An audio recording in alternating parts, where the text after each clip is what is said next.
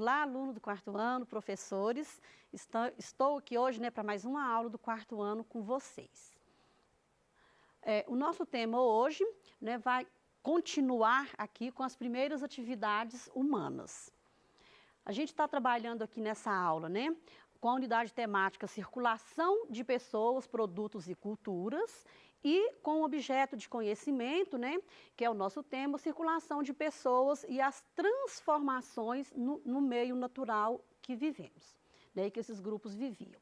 A habilidade 4, que está lá no nosso currículo Referência Minas Gerais, e como eu coloquei, dessa habilidade a gente deu o título na aula de As Primeiras Atividades Humanas. Bom, aí eu vou começar fazendo, uma pergunta aqui para vocês, para a gente começar a nossa aula. Você já imaginou o que os primeiros seres humanos faziam para conseguir alimentos? Bom, não é difícil de pensar, mas claro que não era tão fácil também como é hoje. Eles então, esses grupos caçavam, eles coletavam frutos e eles pescavam. E claro que eles não tinham a facilidade que a gente tem hoje, não é isso? De conseguir caçar, por quê? Eles não tinham as ferramentas adequadas para estar fazendo esse tipo de trabalho. Claro que para coletar os frutos seria uma coisa mais simples, não é isso? Mas para pescar também não era tão simples assim como a gente pesca hoje, porque lá os produtos deles, as ferramentas, eram todas feitas lá no começo de pedra, E era ainda uma pedra lascada, porque eles não conheciam, o trabalho com a pedra polida. Mas, bom, e hoje? Na atualidade, em que a gente vive, vamos pensar juntos aqui o que seria de nós, em determinadas, sem a gente ter determinadas atividades que a gente pensa que a gente não daria conta de ficar mais sem, Porque essas atividades de determinadas pessoas, de determinados grupos, é o que leva a gente a viver, tão bem como a gente vive hoje, nessa sociedade moderna que a gente vive. Por exemplo, você já pensou como que seria a sua vida, da sua família, da mãe, do pai, sem a gente ir ao supermercado? Onde é que a gente iria encontrar alimentos? E se, eu pensei nessa questão do supermercado, como que seria a nossa vida sem a atividade do homem do campo, que é aquelas pessoas, que é aquele homem, que planta e colhe lá para estar trazendo para o supermercado para a gente estar indo lá comprar? Como que seria, a nossa vida se o fogo ainda não tivesse sido descoberto? E falo mais, a energia elétrica, não é isso? O dia que a energia acaba na casa da gente, toda hora você vai lá no acendedor, não é isso? Para estar tentando ligar, porque a gente esquece. Porque a energia elétrica, ela tornou-se uma coisa inerente nas nossas vidas, que a gente não consegue ficar mais sem, porque eu tenho que carregar meu celular, eu tenho que ver televisão e mais um monte de atividades do nosso dia a dia. E sem o uso do celular e da internet? Vocês já pensaram? Que situação, que a gente toda hora está lá trabalhando, Eu preciso da internet para trabalhar, eu preciso da internet para falar com meus colegas, com a minha família, e assim por diante. E, para fechar, eu diria que o uso de todas as tecnologias, Porque o celular é uma coisa que está muito próxima da gente, mas também eu preciso de outras coisas, De usos tecnológicos, como, por exemplo, o meu próprio computador, a minha televisão, o carro, que eu uso, e várias outras, objetos e atividades que a gente precisa e que a gente necessita dessas tecnologias e que hoje eu vejo que seria muito difícil a gente viver sem elas. Bom, mas nem sempre foi assim, Para os primeiros grupos humanos, utilizar o fogo, consumir frutas e verduras produzidas por agricultores, não é isso? Fazer o uso das tecnologias eram ações, impossíveis de serem alcançadas, porque isso foi sendo desenvolvido ao longo, né, do tempo, ao longo de muitos, de milhões de anos, né, para a gente chegar nisso que eu comentei com vocês, que a gente já pertence hoje, que a gente tem propriedade hoje. Há milhões de anos, as primeiras comunidades, né, que nós até em outras aulas a gente já discutiu sobre isso, né, essas comunidades humanas, elas enfrentavam muitas dificuldades, tá? Para caçar, para se alimentar, para locomover, por vários motivos, né? Eles não tinham moradia fixa, por isso então, né, eles viviam andando de local para local, debaixo de tempestades, muito frio, né? A alimentação escasseava, eles tinham que mudar para outros locais, e aí a vida, né, desse povo realmente era uma vida muito difícil e muito sacrificada. E aí, só para a gente estar relembrando aqui, lembrar que, né, pelas pesquisas atuais, não é isso? É dado que o berço da humanidade, as primeiras populações, os primeiros grupos de seres humanos surgiram lá na África, ou seja, no continente africano. Bom, vamos só dar uma voltada aqui, não é isso? No período paleolítico, algumas comunidades, então, elas eram caçadoras, coletoras e pescadoras. E esses grupos, normalmente, eles viviam em grupos mesmo, porque, né, um ajuda o outro naquilo que era necessário, tá? Eles utilizavam as cavernas como abrigo, né, porque era a única coisa que eles conheciam, e nesse tempo aqui do Paleolítico, eles já conseguiam também fabricar determinadas ferramentas, instrumentos, não é isso? Mas de pedra lascada, porque eles ainda não conheciam o polimento, né, das pedras. E eles aqui também, lá no final desse período, eles descobriram o fogo e dominaram, né, a questão do uso e da produção do fogo. Lembrando, então, que eles eram grupos nômades, ou seja, não tinham moradia fixa. Como que era o cotidiano, né, dessas comunidades lá desse período paleolítico? Veja bem, as pesquisas arqueológicas, né, elas apontam que essas comunidades, então, nômades do Paleolítico, tudo que eles produziam, que eles caçavam, que eles coletavam, ou que eles, né, pescavam, era dividido entre todos os membros do grupo. Então, ali, né, nada era de ninguém. O que eu, né, conseguia caçar, pescar, coletar, a gente dividia entre todo mundo em partes iguais, que todo mundo se alimentava e todo mundo ficava bem ali no meio desse grupo. Uma coisa também que é dada, né, pelas essas pesquisas, através dos vestígios arqueológicos, né, é que aqui há indícios que já havia uma divisão de trabalho entre mulheres, crianças e os homens. As crianças e as mulheres, normalmente elas ficavam por conta da colheita, de plantar, né, as mulheres tomar conta dessas crianças e tudo. Já os homens, eles responsabilizavam-se pela caça e, claro, também que pela defesa ali dessas comunidades. E como que era a arte, né, nessa época aqui? A arte aqui dentro do Paleolítico, gente, ela tinha, né, mostrava através desses vestígios aqui, que essas comunidades, elas tinham muitas características do modo de vida delas. Essa arte, na verdade, ela foi chamada de arte rupestre, tá? Que são vestígios, desenhos deixados aí nas paredes das cavernas, né? Nas paredes de rochas, onde hoje os historiadores, os pesquisadores estudam para conhecer melhor, né, a vida dessas pessoas lá, né, no passado, lá no Paleolítico, tá? E, na verdade, eles faziam desenhos, né, de várias coisas lá nessas paredes e, através deles, então, esses pesquisadores conseguem chegar, né, e mostrar para nós, né, como é que viviam os nossos antepassados. Aqui tem uma gravura, né, de vários animais, que era muito comum, e de pessoas, né, com as flechas aí, abatendo esses animais. Essas pinturas, então, né, como eu coloquei, registrava-se cenas da vida cotidiana que retratavam objetos de combates, caçadas cerimoniais, tá? Né, os rituais, desenhos geométricos, seres humanos e animais.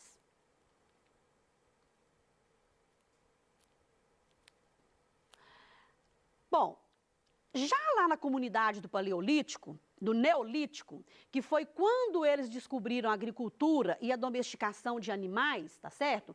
Ela começa a ser praticada por volta de 12 mil anos atrás, tá?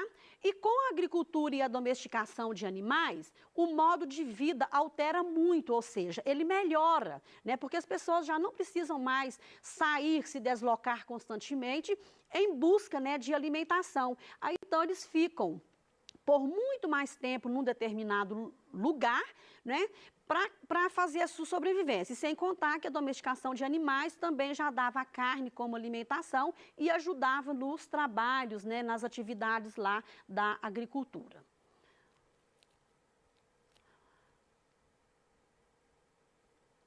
Bom, essas comunidades, então, deixaram de ser nômades e passaram a ser o quê? Sedentárias, onde a gente permanece num local só, né, por um determinado tempo ou para sempre, né? Essas mudanças, então, elas acarretam aí um aumento na produção de alimentos e que aí, então, esse povo, né, através da própria arte, eles começaram a fabricar ferramentas, vasilhames, né, para estar acondicionando esses alimentos e, claro, que também fabricar, né, instrumentos que ajudasse ali nessa questão da agricultura, facilitando o trabalho desse povo. Aí agora a gente vai pensar aqui, ó, a gente chegando aqui na América, né? Como que era esse povo, né, que são, de fato, os nossos ancestrais aqui no continente americano? Aí eu pergunto para você já imaginou como que eram as primeiras comunidades que formaram aqui na América? Será que elas eram iguais lá na pré-história? Como que essas comunidades viviam? De que forma eles chegaram aqui no continente americano? E quando chegaram? Bom, uma das principais pesquisas, né, que a gente tem acesso e que são pesquisas mais recentes, é que a ocupação da América, né, a gente tem uma teoria que é chamada da teoria de Clovis, e essa teoria ela foi desenvolvida aí por volta de 1936, 1937. É uma teoria que foi baseada em artefatos, né, em análise de artefatos encontrados em um sítio arqueológico, gente, lá no estado do Novo México, nos Estados Unidos. Eu trouxe aqui, né, alguns instrumentos, né, de vestígios de lá, né, que são pontas de lança, que aí eles vão ligando, né, e fazendo o estudo para fazer a datação desses vestígios para estar, né, realmente chegando numa hipótese, numa data provável de chegada de pessoas aqui no nosso continente americano. Existem, né, muitas rotas, tá? Não é uma só, mas eu estou trazendo aqui hoje, na verdade, mostrando que é uma das possíveis rotas, né, de povoamento da América, e por essa teoria, tá certo? Que chama teoria de Clovis, né? E é a teoria em cima desses estudos lá, dos artefatos de Clovis, eles chegaram na conclusão que os primeiros grupos humanos, eles saíram lá do continente africano, como eu coloquei para você lá no começo da aula, que a maior possibilidade é que o ser humano tenha surgido de fato lá na África, tá? Eles saíram de lá andando, tá? Normalmente eles eram nômades, então eles saíam à procura de animais, não é isso? Para sua sobrevivência, locais de sobrevivência. Eles então atravessam o Estreito de Bering, é dado que isso deve ter acontecido por volta de 13 mil anos atrás. E o que seria esse Estreito de Bering? Eles saem, né, aqui da África, vêm andando aqui, passando aqui pela Rússia, o Estreito de Bering está aqui. Eles falam que como que foi possível eles virem a pé não é isso? Passando por aqui, se aqui tinha, né, esse estreito. Fala-se que foi na última glaciação, onde, né, ali formou-se uma placa de gelo, tá? Que deu a possibilidade desses grupos, né, andarem e chegar aqui na América, tá? Aí nós vamos então agora ver se eles chegaram aqui, né, por esse estreito de Bering, como que foi, né, nossos primeiros antepassados. Os primeiros povos indígenas, né, que é dado, que habitou aqui as terras que hoje são o Brasil, eram de diversas etnias. Os potiguares, tremembés, os tamoios, guaranis, tem os tupis e tem vários outros, tá? Eu trouxe aqui os mais antigos só para a gente ter uma ideia, né, da quantidade de indígenas, né, que habitavam aqui o nosso território, tá? Nessa época é dado que muitos historiadores falam 6 milhões, mas tem livro que coloca que era entre 6 e 5, 3 e 6 milhões de indígenas aqui no Brasil, antes da chegada dos portugueses aqui em 1500, tá? Bom, alguns então, né, como que eles viviam? Uns viviam da caça, da pesca, da coleta, né, de frutos e da agricultura. Então, vocês estão vendo que é muito parecido lá com os nossos povos né, lá da nossa pré-história, tá? Eles também só praticavam uma economia de subsistência, que isso significa o quê? Né? Que a gente só tira da natureza aquilo que eu preciso para a sobrevivência, né, para a minha sobrevivência ou para a sobrevivência do grupo, né, que ali está vivendo. Algumas comunidades organizavam-se para compartilhar tudo que fosse coletado ou pescado entre os membros. Então, quer dizer, tudo também era comum entre eles, o que um caçava era distribuído entre toda a comunidade. E é dado também aqui que também havia a divisão de trabalho. Normalmente, né, frisando, os homens com a questão da defesa e da caça, tá, lá das comunidades, e as mulheres ficavam mais com a parte da agricultura, ou seja, a parte doméstica e com a criação das crianças. Aqui eu trouxe uma imagem de uma vida em aldeia, tá? Gente, então, como que hoje, né, vocês acham que é essa vida, né, dos nossos indígenas hoje aqui no Brasil? A gente sabe, nós ainda vamos em aulas posteriores, a gente vai estar ainda estudando, né, muito sobre essa questão, né, dos grupos que se formaram aqui no Brasil. E claro que os indígenas, né, para nós, eles são povos, né, que fizeram e que fazem toda a diferença aqui no nosso território brasileiro. Só que nós temos que pensar que hoje, né, as políticas públicas, infelizmente, não é isso? A maioria, né, dessas comunidades indígenas, elas têm sofrido muita violência com a questão das invasões de terra desses povos indígenas, com a questão do saneamento básico, com a questão da falta de assistência na saúde, não é isso? Isso está previsto na nossa Constituição, mas, infelizmente, né, governo e sociedade, né, não têm dado a assistência que, né, esse povo indígena precisa, de fato, para estar, né, tendo uma vida digna, né, que eles precisam ter aqui no nosso território brasileiro. Então, a gente fala que, infelizmente, né, a maioria dessas tribos, né, ou desses grupos indígenas, tá certo? Desses povos indígenas, eles enfrentam grupos da sociedade brasileira que querem avançar sobre as suas terras para ampliar a questão da plantação deles, a criação de gado, que é muito comum e que destrói, né, realmente essas áreas indígenas, a mineração e o extrativismo, que coloca em risco a posse, né, das suas terras e de suas vidas. Trouxe uma imagem aqui, eu acho uma imagem bastante chocante, né, que é uma área de garimpo ilegal dentro lá da terra indígena, né, Munduruku, no Pará, né. Aí vocês podem, né, olhar com calma aí, para vocês virem aqui, gente, o que foi destruído, não é isso? Dentro de uma reserva indígena, que por direito essa terra é do povo, né, indígena brasileiro, tá? A nossa aula chegou no fim, tá? Eu espero que em breve a gente encontre novamente para dar sequência aqui no nosso conteúdo aqui dessa habilidade 4. Até então, fiquem em casa e um grande abraço.